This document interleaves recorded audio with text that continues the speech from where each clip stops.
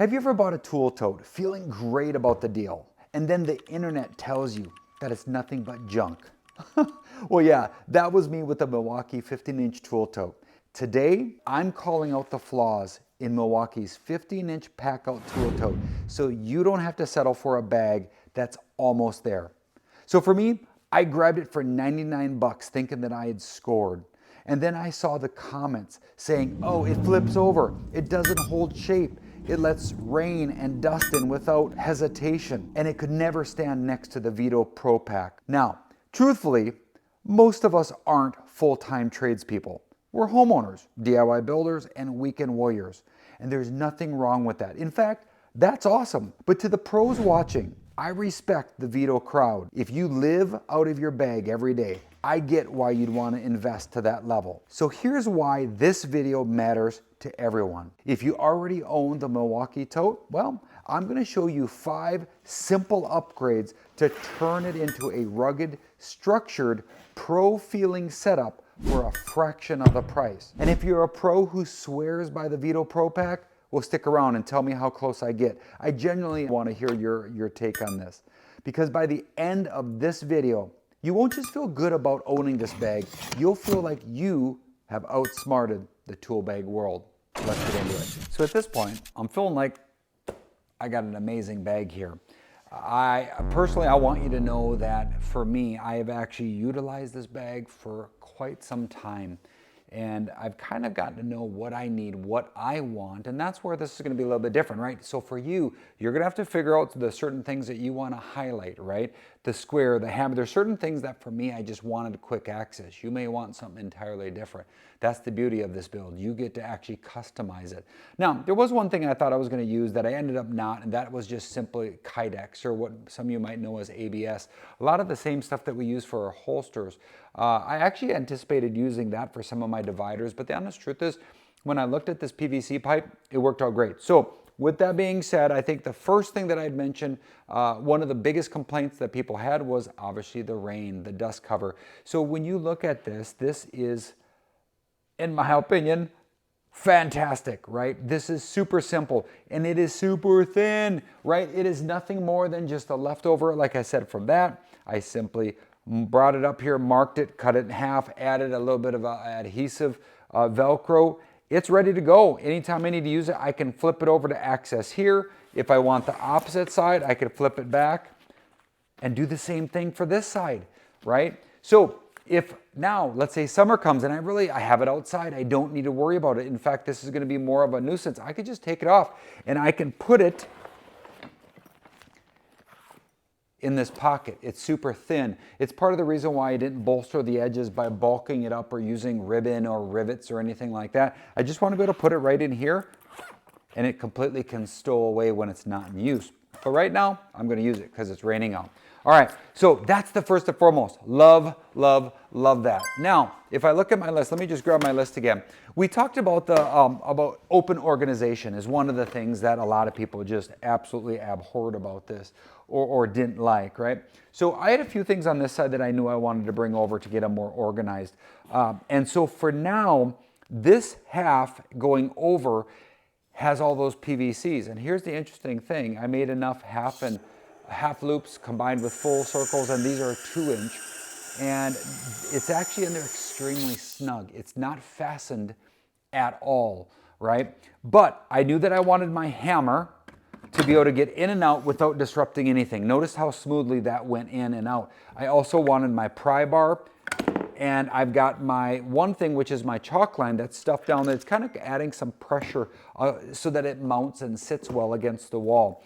And that's just, I don't use that chalk line a ton, so when I need to get it, it'll be easy to do. And then of course I wanted my scissors off to the side, easily deployable at any point. I've got one extra slot here, that's a 6-inch high that I can use for something else if I am choosing, like, oh, I want to pull over my little pry bar. I think this is an actual pry bar, but this is the 4822 2859, the Milwaukee heavy duty. If I want, I could just do that as well. Keep that in there, but I got it open. Now, I also ended up using these little, it was a little clamp. I cut it in half. This worked out fantastic, and I wanted this to be readily accessible. and just available. And that part there, when it's not in use, it takes up zero space. So I am absolutely digging that. Now, this side I left open for the most part, right? It's just kind of stuff is down in there. I traditionally don't need to access that very much. But the other thing that I think turned out really awesome is this little clip. I love that because the one function I do use is going to be that. Now, I will say this. If I've got a long bit or anything on this, that is going to potentially be in the way. But part of the reason why I have this so far down is for two reasons. One, at the very end here, you notice I've got my cloth. This end, remember what I said earlier, there's that 45-degree lip. So really, all this stuff is about a ½ inch away from the very end of this. Why is that important? Because when I have a 6-inch bit on this, I can put it down that ½ inch slot and slide this all the way forward, and it's still not going to be disrupting any of the stuff that's in here, right? So it kind of alleviates that completely. So that side is all done. Now, the other thing, oh, and the third one that I mentioned was the M12 clip, right? So we just saw that. Now, the fourth thing that I mentioned is going to be some of those magnetic strips. I ended up doing 2 of them, right? You can see that. Now, the only thing that I'm thinking that feels a little bit out of place, and this is going to be a little bit OCD of me, I should be wearing my OCD compliant t-shirt at this point if I'm going to share this, but these are now silver and they're kind of not as even. So I'm probably going to color those in with a black permanent marker. It doesn't serve any function, but it does serve aesthetics, which matter to me. So I will take this if I want, as I'm working with different tools, and I'm just like, right, I could take that and I can use that and I could put that back without really even having to look at it. And that's kind of what, oh, that was on there, good. But I could kind of do that back and forth. Again, I tend to do things in functions. So all of a sudden I'll be doing switching out receptacles and putting on, and I'll use a specific tool over and over, or between usually 2 or 3. And this way I can absolutely do that. So I can take the different ones that I'm using and I want quick access. Not that I couldn't do this, but what you'll notice is I did have to take a moment.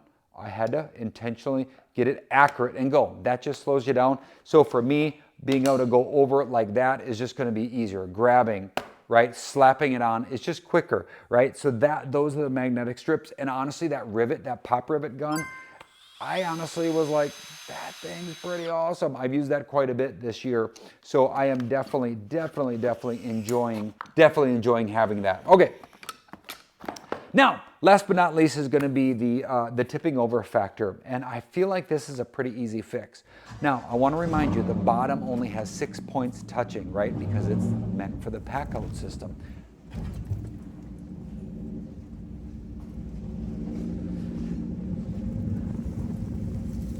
All right.